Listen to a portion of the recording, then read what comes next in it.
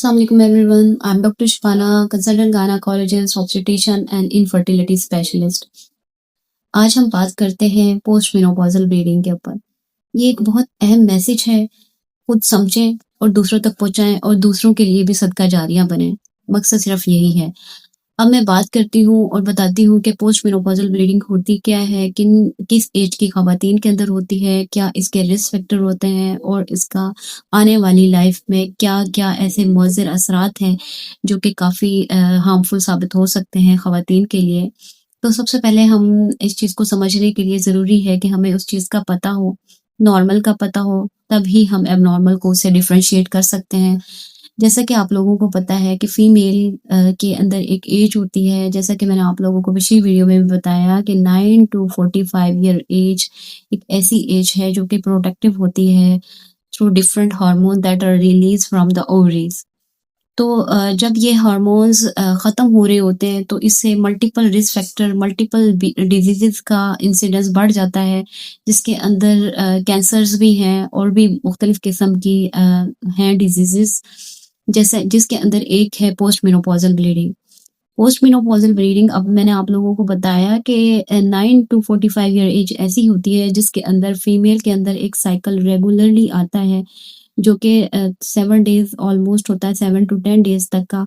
उससे क्या होता है, जो शो कर रहा होता है कि बॉडी के अंदर हार्मोन प्रोड्यूस हो रहे हैं और बॉडी एक हेल्दी स्टेट के अंदर है। हाँ, अगर इसके अंदर कोई और ज़्यादा इशू हो जाए और वो उस एज से ज़्यादा या उससे जल्दी काम करना शुरू या ख़त्म कर दे तो ये एक ख़तरनाक चीज़ हो सकती है। अब मैंने आप लोगों को बताया कि पोस्ट मेनोपॉज़ होता क्या है। पोस्ट मेनोपॉज़ जानने के लिए ज़रूरी है कि जब फीमेल उस एज से निकल होती है और जब ये एज तकरीबन 52 ईयर्स तक हो जाती है या उससे ज़्यादा हो जाए, तो 1 साल का ऐसा ड्यूरेशन होता है जिसके अंदर ब्लीडिंग आना बिल्कुल ख़त्म हो चुका होता है, साइकिल ख़त्म हो चुके होते हैं, जो कि एक नॉर्मल प्रोसेस है जो कि शो कर रहा होता है कि ओवरी का फंक्शन ख़त्म हो चुका है।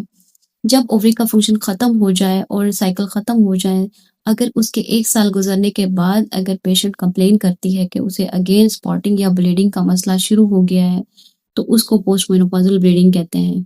और ये एक रेड फ्लैग साइन है जो कि शो कर रहा होता है कि बच्चेदानी यानी यूट्रस के अंदर कैंसर का, इन्फेक्शन का और भी मुख्तलिफ किस्म के डिजीज़ेज़ का रिस्क बढ़ गया है।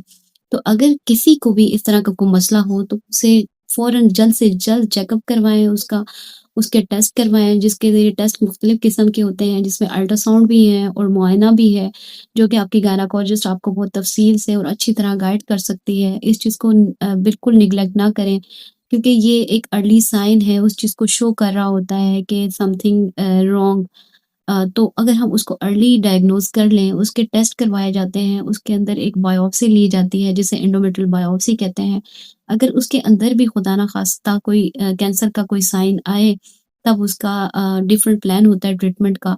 तो अगर इसको जितनी जल्दी डायग्नोज़ कर लिया जाए तो उसका इलाज इतना ही बेहतरीन हो सकता है। तो ये एक बहुत अहम चीज़ है, इसे लाज़मी समझिए और सुनिएगा और दूसरों को भी बताइएगा। Thank you so much.